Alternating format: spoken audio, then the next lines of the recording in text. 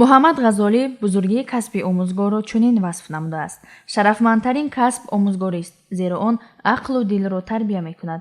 воқеан омӯзгорӣ касби пуршараф аст. муваффақу комёб ҳамон нафарест ки ба касби худ муҳаббат дорад. давлатшоҳ каримзода аз зумраи он омӯзгоронест ки пешаи интихоб намудаашро сидқан дӯст медорад ва бо муҳаббати хоса ба он фаъолият мекунад. ӯ зодаи ноҳияи зебоманзари муминободи вилояти хатлон аст. солҳои зиёд аст ки дар донишгоҳи давлатии омӯзгории Тоҷикистон ба номи Садриддин Айнӣ кор ва фаъолият мекунад. худ дастпарвари донишгоҳи мазкур аст. соли 2015 онро бо дипломи аъло хатм намудааст ва зинаи магистратураро низ дар ин боргоҳ таҳсил карда онро ба анҷом расонидааст. аз касби интихоб намудаи хеш ифтихор дорад ва мегӯяд: сарфарозам ки имрӯз ба номи пуршарафи омӯзгор сазоворам.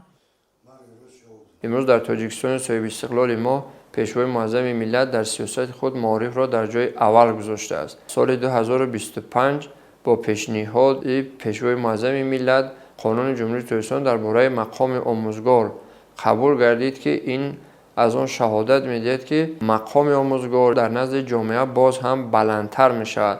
замоне ки дар мактаби миёна таҳсил мекардам, аз фаъолияти омӯзгорони муассиса бо шавқ дидан мекардам. омӯзгорони пуртаҷриба ва баландихтисос ба мо дарс мегуфтанд.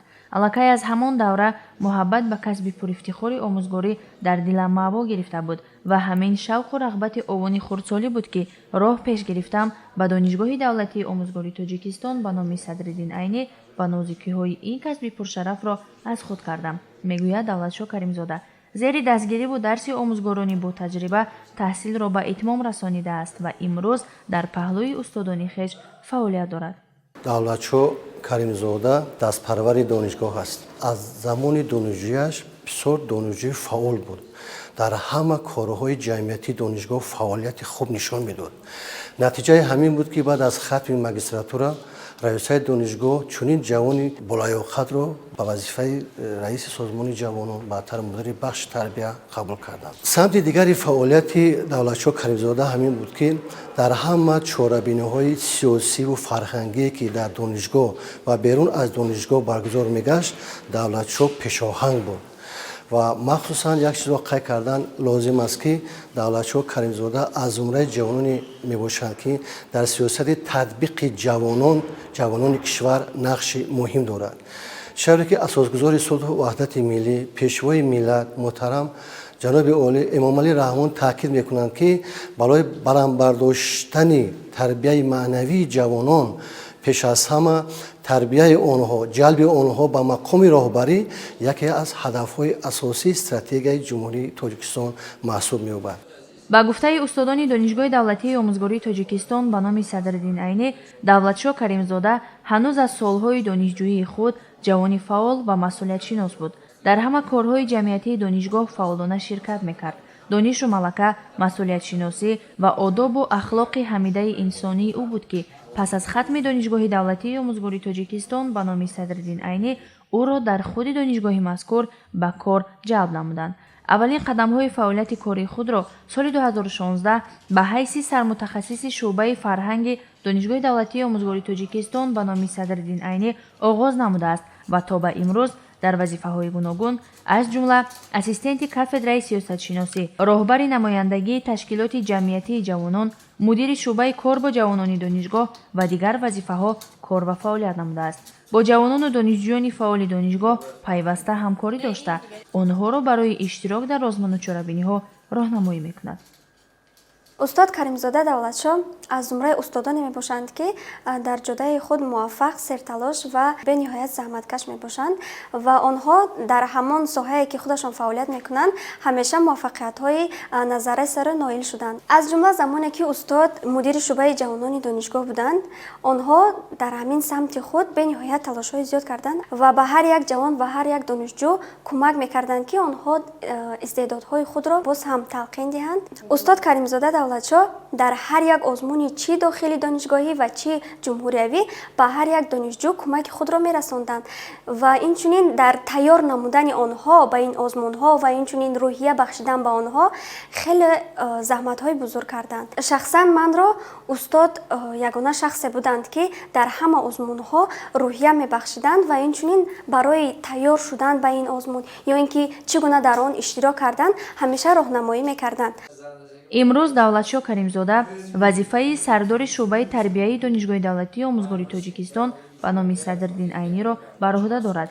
дар самти омодасозии ҷавонони фаъол дар озмуну олимпиадаҳо нигоҳ доштани тартиботи дохилии донишгоҳ ва баргузор намудани чорабиниҳои фарҳангиву оммавӣ ба ҳамкасбони хеш ҳамеша кӯмак мекунад. аҳли омӯзгорону кормандони донишгоҳи давлатии омӯзгории тоҷикистон ба номи Садриддин Айнӣ дӯсташ медоранд, эҳтиромашро ба ҷо меоранд ва донишу малакаи болои ӯро эътироф мекунанд. дигаре аз самтҳои фаъолияти давлатшоҳ каримзода дар он аст ки вай муҳаққиқ ҳам ҳаст, олими муваффақ аст. дар мавзӯи таҳкими ваҳдати миллӣ, пайдоиши таҳдидҳои нави иттилоотӣ кори тадқиқотӣ бурда истодааст. аллакай кори тадқиқотиаш ҳам дар арафаи анҷомёбӣ аст. бисёр ҷавони ватандӯст аст.